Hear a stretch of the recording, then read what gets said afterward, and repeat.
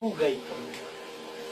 Kami nagpapakahirap magtrabaho dito sa ibang bansa, kaming mga OFW, para lang may maipadala sa Pinas.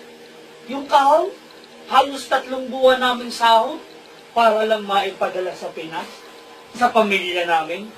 Lalantakan ng mga taga-customer yan ng pagnanakaw. Ito, chocolate, ipapadala ko sa Pinas. Kainin mo, aking tao, kainin mo na din, nang ikay mag-ipot na.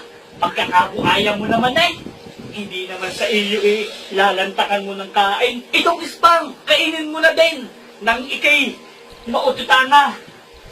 Langya, yung tax-tax na yan, ba dyan ang maipot, lalagyan mo ng tax, lagyan mo na din ng tax nang may masakyan ng mga buaya sa Pilipinas.